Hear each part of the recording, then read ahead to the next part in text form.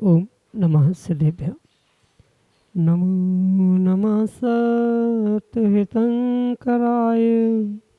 वीराय भव्याम्बुजभास्कराय अनंतलोकाय सुरार्चिताय देवादिदेवाय नमो जिनाय देवादिदेवाय नमो जिनाय। पंच परमेष्टि भगवान की जय। परम पूज्य आचार्य भगवंत गुरुवर विशुद्ध सागर जी मुनि महाराज की जय। परम पूज्य मुनि श्री सुप्रभ सागर जी महाराज की जय। 3 करोड़ 9 करोड़ मुनिराजों की जय। इस आपाधापी के युग में व्यक्ति भाग रहा है अपने ऊपर अनंत विकल्पों का भार लेकर, और विकल्पों के साथ जन्मता है, विकल्पों के साथ जीता है और विकल्पों के साथ ही जीवन का अंत कर लेता है। लेकिन अपने मन को, अपने जीवन को निर्विकल्प नहीं बना पाता, क्योंकि विकल्पों में समीचीनता का अभाव था, और समीचीन विकल्प के अभाव में विकल्प होने पर भी उस विकल्प का सम्यक रूप से समाधान प्राप्त नहीं हो पाता। आप सभी का परम सौभाग्य है कि परम पूज्य आचार्य भगवंत गुरुवर विशुद्ध सागर जी महाराज के मंगल सुभाषित से हम सभी प्रतिदिन अपने मन के विकल्प को समीचीनता प्रदान करते हैं, और वो उसी समीचीन विकल्प का सम्यक रूप से समाधान हमें परम पूज्य मुनि श्री सुप्रभ सागर जी महाराज सम्यक समाधान के रूप में प्रदान करते हैं। और वही सम्यक समाधान हमारे लिए कल्याण का पथ प्रदर्शित कराने वाला होता है। कल्याण का पथ जब मिलेगा तब मिलेगा, लेकिन जब हमारे समीचीन विकल्प का सम्यक रूप से समाधान परम पूज्य मुनि से प्रदान करते हैं, तो हमें निश्चित ही अंतरंग में एक सुख और शांति की अनुभूति होती है, और वही सुख शांति की अनुभूति हमारे लिए कल्याण के पथ तक ले जाने वाली होती है। तो फिर देर किस बात की, आप भी थोड़ा सा पुरुषार्थ कीजिए, क्योंकि गुरु अपने अनमोल समय में से समय निकाल करके और पुरुषार्थ पूर्वक आगम के परिप्रेक्ष्य में आपको सम्यक समाधान प्रदान कर रहे हैं। तो आपका भी कर्तव्य बनता है कि आप कुछ ना करें, मात्र और मात्र अपने विकल्प को समीचीनता प्रदान करते हुए उसको विकल्प को परम पूज्य मुनि श्री तक प्रेषित करने का पुरुषार्थ करें, क्योंकि देश के विभिन्न प्रांतों से अनेक समीचीन विकल्प हमें यहाँ प्रतिदिन प्राप्त होते हैं, और उन विकल्पों का जो विकल्प करता होता है वह सम्यक रूप से समाधान प्राप्त करके अपने मन को निर्विकल्प बनाने का पुरुषार्थ करता है। आप भी थोड़ा सा पुरुषार्थ कीजिए, अपने विकल्प को समीचीनता प्रदान कीजिए, और उस समीचीन विकल्प का पुण्योदय से परम पूज्य मुनि से सम्यक समाधान प्राप्त कीजिए, क्योंकि वही सम्यक समाधान निश्चित ही हमारे लिए कभी न कभी भगवत्ता का पथ अवश्य ही प्रदान करेगा। ऐसे आत्मकल्याण की वह अनूठी विधा समीचीन विकल्पों का सम्यक समाधान प्रारंभ करते हैं। और आज के पहले विकल्प के लिए श्रीमती रुचि जैन, गाड़रवाड़ा, मध्य प्रदेश से महाराज श्री के श्री चरणों में कोटि कोटि नमोस्तु निवेदित करते हुए अपना समीचीन प्रश्न रख रहे हैं कि गुरुदेव, गृहस्थ जीवन में रहते हुए एक नारी का क्या उद्देश्य होना चाहिए? हमारे समीचीन विकल्प का सम्यक समाधान करते हुए हमारा मार्गदर्शन करने की अनुकंपा करें। नमोस्तु महाराज जी, नमोस्तु। नारी पर्याय में जन्म लेने वाला जो जीव है वह चाहे तो अपने उस नारी पर्याय को श्रेष्ठता प्रदान करते हुए अपने धर्म मार्ग पर या अपने परिवार को भी धर्म मार्ग पर ले जाने का विशेष पुरुषार्थ कर सकता है। आवश्यक नहीं है कि मात्र घर त्याग करने से, संन्यास ग्रहण करने से ही किसी कार्य की सिद्धि हो या जीवन बहुत अच्छा हो शक्ति नहीं है। तो जीव अपने घर परिवार के साथ रहते हुए भी धर्म पुरुषार्थ कर सकता है, और उसका विशेष वह पुरुषार्थ उसके ही लिए नहीं अपितु सभी जीवों के लिए कार्यकारी निमित्त बन सकता है। जैसे कोई माँ नारी महिला किसी घर में पहुंचती है तो पहली बात तो वह एक ऐसा मध्यद्वीप के रूप में आचार्य भगवंतों ने स्वीकार किया है जो दोनों पक्षों को, यानी मायके पक्ष को और ससुराल पक्ष को, दोनों को भी बहुत अच्छे से धर्म मार्ग पर लगाने का पुरुषार्थ कर सकते। क्योंकि नारी एक ऐसी सशक्त जीव की व्यवस्था आगम में कही है कि वह तीर्थंकर की माँ भी बन सकती है, और अगर अपने आप को नहीं संभाल पाए या अपने आप के परिणाम परिणति से विपरीतता को प्राप्त करे तो मंथरा कैकेयी जैसी पर्यायों को भी वह जीव प्राप्त कर सकता। इसलिए गृहस्थ अवस्था में घर परिवार में रहते हुए भी अगर नारी अपने उस विवेक को जागृत करते हुए, विशेषता को समझते हुए उस स्त्री पर्याय को छेद करने का भी कुछ अंशों में पुरुषार्थ प्रारंभ कर सकती। जबकि आर्य का व्रत ग्रहण किए बिना किसी भी प्रकार से नारी पर्याय का छेद होना संभव नहीं होता, पर फिर भी गृहस्थ में रहते हुए, घर में रहते हुए क्रम क्रम से त्याग तपस्या से स्वयं जुड़े, और आपके निमित्त से आप जितनी त्याग तपस्या या विशेष साधना करोगे वैसे ही आपको देखते देखते अन्य जीव भी, मतलब ससुराल पक्ष के भी जीव हो सकता है बदल सकते हैं, या अन्य भी आपके जो सगे संबंधी है उनको भी आप धर्म से जोड़ते हुए विशेष क्रियाओं के साथ, विशेष त्याग तपस्याओं के साथ धर्म से जोड़ने के साथ साथ उनका भी धर्म मार्ग अवश्य ही प्रशस्त कर सकते। क्योंकि सर्वोत्कृष्ट मार्ग भले ही मोक्ष मार्ग है, पर परंपरा से गृहस्थ को भी अगर वह 8 मूल गुणों को धारण करता है, 6 आवश्यकों को धारण करता है, व्रत प्रतिमा आदि आदि ग्रहण करता है, तो वो भी क्रम से परंपरा से मोक्ष मार्ग पर पहुंचने की शक्ति रखता है। इसलिए गृहस्थ में रह के भी आप अवश्य ही समय समय पर कुछ त्याग तपस्या, दान, पूजा, स्वाध्याय आदि के माध्यम से परिवार को भी और स्वयं को भी धर्म से जोड़ते हुए अपने जीवन में और आपके आसपास रहने वाले सभी लोगों के, सभी व्यक्तियों के जीवन को भी धर्म में बना सकते हैं। पर आपकी सोच उतनी विशाल होगी तभी वह श्रेष्ठता को आप प्राप्त कर सकते हैं। यही आपके लिए सम्यक समाधान। शिव यादव, दमुआ, मध्य प्रदेश से अगले समीचीन विकल्प के लिए हमारे सामने। नमो गुरुदेव। मेरा प्रश्न था गुरुदेव कि इस धर्म मार्ग के परंपरा में हम जब धर्म कार्य में या पुण्य कार्य से जुड़ करके, और ऐसे कई अवसर आते हैं कि जब हम एक किसी सदगुरु से गुरु दीक्षा ले लेते हैं, गुरु मंत्र लेकर के अपने आप को धर्म मार्ग में प्रवृत्त करने का प्रयास करते हैं।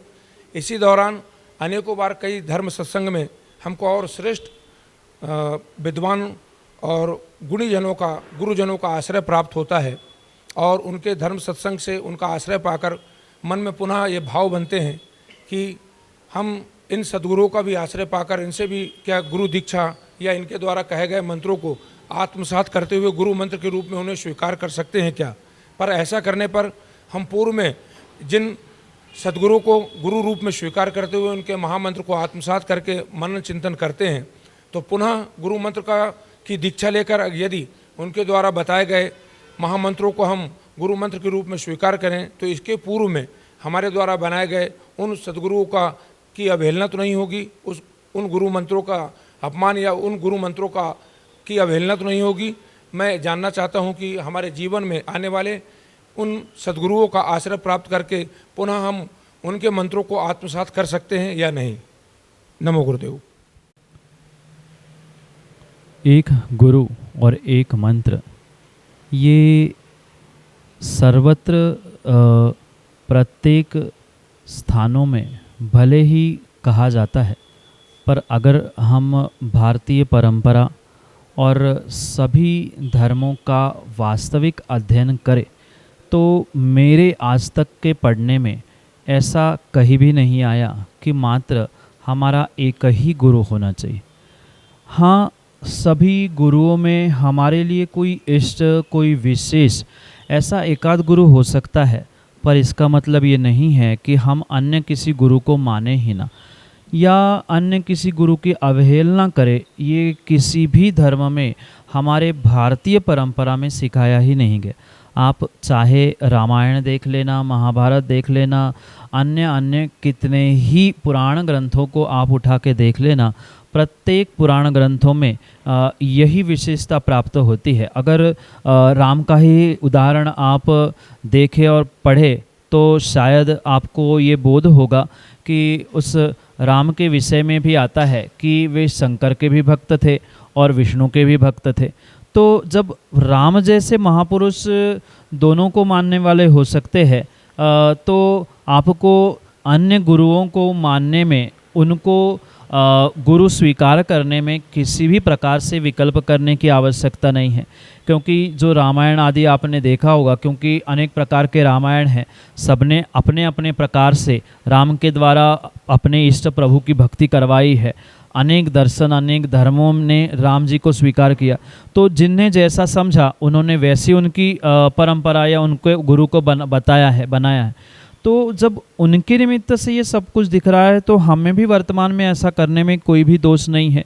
जितना अगर विशेष रूप से आप सभी को मानेंगे, और मैं तो कहता हूँ जैन दर्शन के निमित्त से अगर आप महामंत्र थोड़ा सा भी जानते हैं, तो उस महामंत्र के अंतिम चरण में तीर्थंकरों ने विशेष रूप से ये कहा है, नमो लोए सव साहुणम, यानी इस ब्रह्मांड में जितने भी साधु है वह सभी हमारे लिए गुरु है और उन सबको हमें स्वीकार करना चाहिए।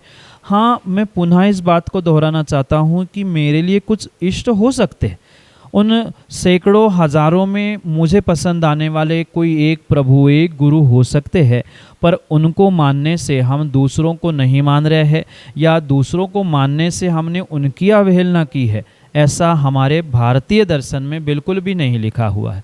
इसलिए हमें अगर ये लग रहा है कि हमने किसी से गुरु दीक्षा ले ली है, उनके मंत्रों की आराधना कर रहे हैं, और हमें और भी कोई अच्छा लग रहा है, तो हम उनको भी गुरु स्वीकार कर सकते हैं, उनसे भी गुरु दीक्षा ले सकते हैं। मैं तो ये कहता हूँ कि हमारे जीवन में जितने अधिक गुरु होंगे, उतने ही गुरुता को, विशेषता को हम प्राप्त होंगे, क्योंकि प्रत्येक क्षेत्र का गुरु भिन्न भिन्न होता है। कोई हमारे लिए पढ़ाई कराने के लिए गुरु होता है, कोई व्यवसाय में गुरु होता है, कोई हमारे लिए अन्य कार्यों में गुरु हो सकता है, कोई गृहस्थी का गुरु हो सकता है, कोई संन्यास मार्ग के लिए गुरु हो सकता है। तो अनेक अनेक स्थानों का, अनेक अनेक फील्डों के जो जैसे स्पेशलिस्ट हुआ करते हैं, ऐसे वे हमारे लिए स्पेशलिस्ट गुरु भिन्न भिन्न हो सकते हैं, और हम उन्हीं सबको मानते हुए अपने इष्ट को भी माने, किसी की भी उसमें अवहेलना नहीं होती। यही आपके लिए सम्यक समाधान। कल्प के लिए अनन्य गुरु भक्त परासिया मध्य प्रदेश से हेमंत जैन अपने समीचीन विकल्प के साथ।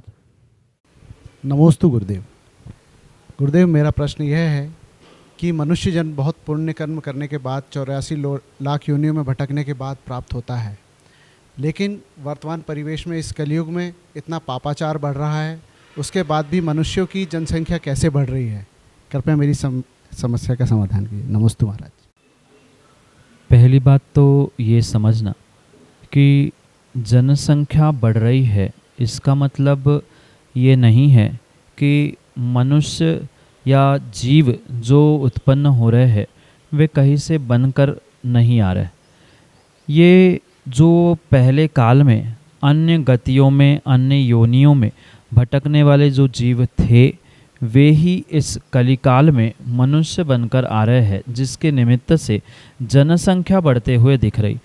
और ये तो मात्र मानसिकता है कुछ जीवों की कि जनसंख्या बढ़ रही है।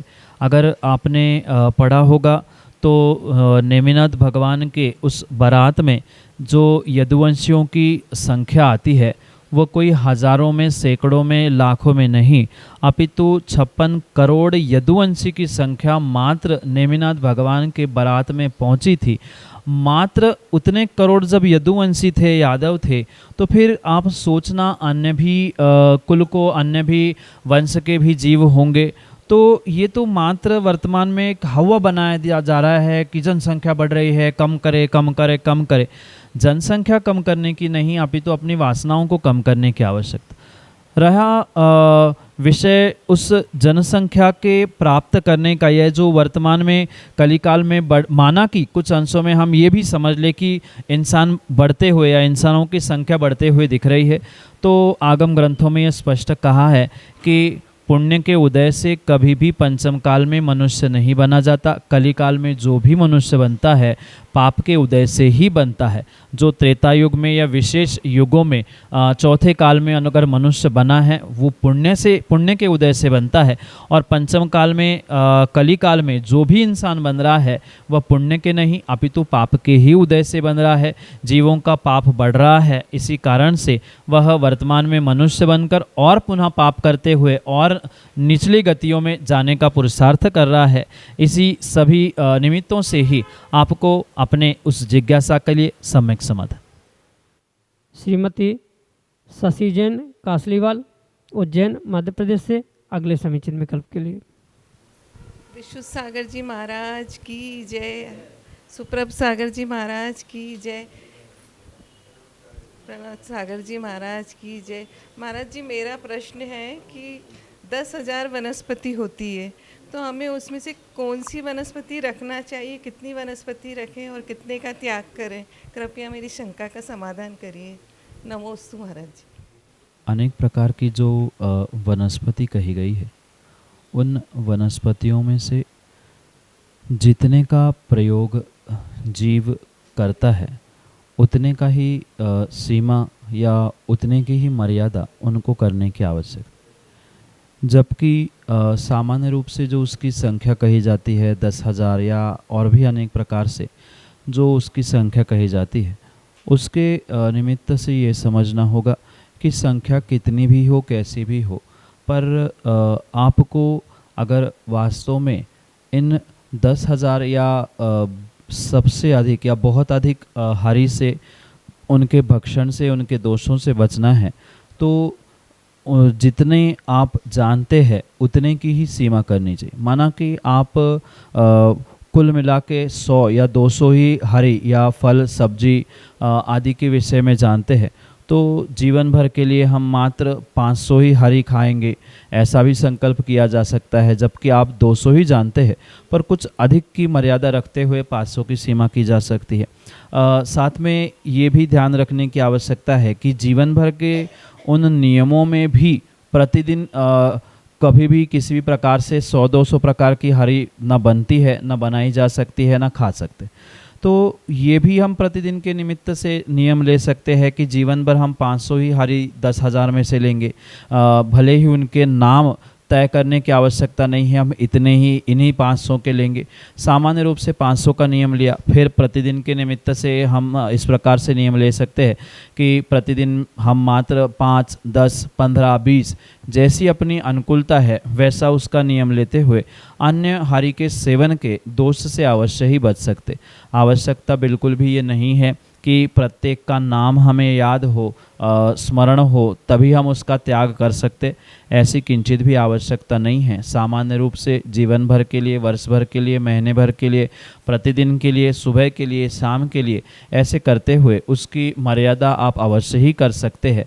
और सबसे श्रेष्ठ बात तो यही है जो आचार्य भगवंतों ने सभी जीवों के लिए कही है कि ऐसी वनस्पति, ऐसे फल, ऐसी सामग्री उन श्रावकों को, उन व्यक्तियों को नहीं खानी चाहिए जो अपने जीवन में कुछ विशेष प्राप्त करना चाहते हैं, जिसे अनजाने वस्तु का, अनजाने फल का, अनजाने हरि का त्याग। अगर आपने अनजाने वस्तुओं का और अनजाने हरि और फल का त्याग कर ही दिया तो अपने आप उसकी सीमा हो गई। जितने आप जानते हैं, 100 जानते हैं, तो 100 की आपकी मर्यादा हो गई, और पुनः उसमें से भी और मर्यादा करते हुए आप और पुण्य प्राप्त करने की पूर्ण संभावना हुआ करती है।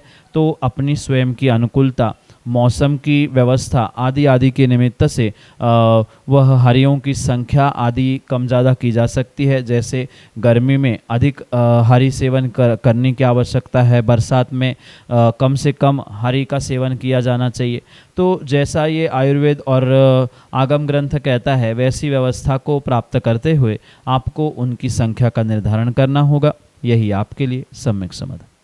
ये आशा जैन घोरावाड़ी मध्य प्रदेश से अगले समीचीन विकल्प के लिए। गुरुदेव नमोस्तु। गुरुदेव विशेष सागर महाराज नमोस्तु। प्रमण सागर नमोस्तु। सुबह सागर नमोस्तु। गुरुदेव मेरा प्रश्न है कि मोहिनी कर्म बहुत खतरनाक है, उसको कम कैसे करें महाराज? हाँ, ये परम सत्य है कि इस ब्रह्मांड में सबको दुखी करने वाला प्रबल शत्रु अगर कोई है तो उसका नाम मोहिनी कर्म है, जो कि मात्र एक प्रकार का नहीं अपितु दोनों प्रकार से जीवों को दुख देने वाला है। एक दर्शन मोहिनी और एक चारित्र मोहिनी। जो सच्चे देवशास्त्र गुरु 7 तत्वों पर श्रद्धा नहीं करने देता वह दर्शन मोहिनी है, और जीवन में चारित्र को प्रकट नहीं होने देने वाला जो कर्म है उसे चारित्र मोहिनी कहा जाता। और उन दोनों प्रकार के मोहिनी कर्मों को जीतने के लिए भिन्न भिन्न प्रकार के पुरुषार्थ करने की आवश्यकता है। जबकि मोहिनी एक साथ मोह को उत्पन्न नहीं करने वाला है, पर एक सम्यक दर्शन का घातक है और एक चारित्र का घातक है। इसलिए चारित्र के घातक रूपी मोहिनी कर्म पर भिन्न प्रकार से पुरुषार्थ किया जाता है और दर्शन मोहिनी पर भिन्न प्रकार से पुरुषार्थ किया जाता है। दर्शन मोहिनी पर पुरुषार्थ करने के लिए जीव को स्वयं के साथ साथ अन्य जीवों को भी देवशास्त्र गुरु से जोड़ना, उनकी श्रद्धाओं को बहुत अच्छे से उन प्रभु के गुरु के प्रति जमाने का प्रयास करना। क्योंकि पिछली पर्याय में जो देवशास्त्र गुरु संघ आदि आदि का अवर्णवाद किया था, उसी के कारण से वर्तमान में दर्शन मोहिनी का तीव्र उदय देखने में आ रहा है। और उसके विपरीत कार्य, मतलब जो दूसरों की श्रद्धा तोड़ने का, अवर्णवाद करने का आपने कार्य किया था, उसको छोड़ते हुए देवशास्त्र गुरु की प्रशंसा करना। जो देवशास्त्र गुरु से दूर है उनको देवशास्त्र गुरु से जोड़ना, धर्म से जोड़ना, संघ से जोड़ना, ऐसा पुरुषार्थ करते हुए दर्शन मोहिनी को जीता जा सकता है। और चारित्रधारियों की सेवा करते हुए, उनकी वैयावृत्ति करते हुए, उनके अनुकूल क्रियाओं को प्रदान करते हुए आप अवश्य ही उस चारित्र मोहिनी की भी उपशमना कर सकते। इसलिए किस प्रकार से हमें मोहिनी पर पुरुषार्थ करना है, ये व्यक्ति का स्वयं का निर्धारण हुआ करता है, और अपने स्वयं के निर्धारण से ही इन कार्यों को आप अवश्य ही कर सकते हैं। ये समझते हुए चारित्र मोहिनी के लिए चारित्रधारियों के पास और दर्शन मोहिनी के लिए उस सम्यक दर्शन को प्राप्त कराने वाले निमित्तों के पास पहुंचने की, उनकी सेवा, उनकी वैयावृत्ति, उनकी व्यवस्था आदि करने की आवश्यकता है। तभी विशेष रूप से उस मोहिनी को जीतने का आप प्रयास कर सकते हैं। यही आपके लिए सम्यक समाधान। श्रीमती राजेश्वरी जैन दमुआ मध्य प्रदेश से अगले समीचीन विकल्प के लिए। नमस्ते महाराज जी। महाराज जी, मैं दमोई की रहने वाली हूँ। वहाँ 10 मंदिर हैं महाराज जी, और जहाँ शादी हुई वहाँ 1 मंदिर है। और मेरे कौन से पाप कर्म का उदय है कि यहाँ रह रही हूँ मैं और यहाँ एक भी मंदिर नहीं है, मुझे देव दर्शन नहीं होते प्रतिदिन। माँ, जीव के पुण्य पाप के निमित्त से ही जीव को सच्चे देवशास्त्र गुरु आदि का सानिध्य प्राप्त होता है। ये परम सत्य है कि कहीं ना कहीं पिछली पर्याय में ऐसा आपने आश्रयबंध किया होगा, जिसके निमित्त से आप ऐसे स्थान पे पहुँचे हैं कि जहाँ एक भी मंदिर या कोई परमात्मा के दर्शन की व्यवस्था नहीं बन पा रही। ये जन्म के समय तक, यानी जन्म के बाद विवाह होने तक जो तीव्र पुण्य का उदय था, इसके निमित्त से ऐसे नगर में आपका जन्म हुआ, ऐसे परिवार में आपका जन्म हुआ जिस नगर में 10 मंदिर थे। आप जहाँ जब चाहे वैसे प्रभु के दर्शन कर सकते थे, पर वह पुण्य का उदय काल मात्र उतना ही था। और उसके उपरांत जो तीव्र पाप का उदय आया है, जिसके निमित्त से आप प्रतिदिन प्रभु दर्शन से वंचित रह रहे हैं, ये उस तीव्र पाप कर्म के उदय के निमित्त से ही घटित हो रहा है। और ये भी शायद आप जानते हैं कि स्वयं ने ही किया हुआ कुछ ऐसा कर्म उदय में आ रहा है। हो सकता है पिछली पर्याय में आपने किसी को दर्शन से रोका होगा और उस दर्शनावरणी कर्म के निमित्त से ही वर्तमान में ये कार्य आपके जीवन में घटित हो रहा है। ये अवश्य समझे। दूसरों को दर्शन कराने की प्रेरणा देना या भीतर दर्शन करने की भावना रखना आदि के निमित्त से उसका क्षयोक्षम आप प्रकट कर सकते हैं।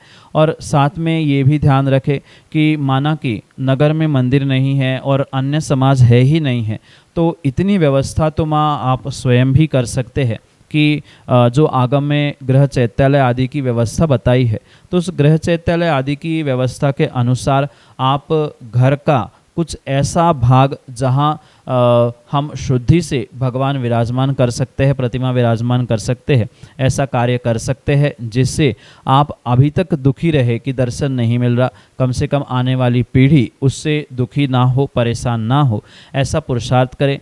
गुरु से विशेष मार्गदर्शन और आशीर्वाद के माध्यम से गृह चैत्यालय भी प्राप्त करें, जिससे गुरुओं का भी आवागमन आपको प्राप्त होगा और आपको प्रतिदिन प्रभु के दर्शन भी होते रहेंगे। यही आपके लिए सम्यक समाधान। सभी को जय जिनेन्द्र। हम सभी लाभ ले रहे थे लोकप्रिय कार्यक्रम सम्यक समाधान का। प्रतिदिन यह कार्यक्रम 5:13 पे यूट्यूब चैनल सुप्रभुवाच के माध्यम से प्रसारित होता है।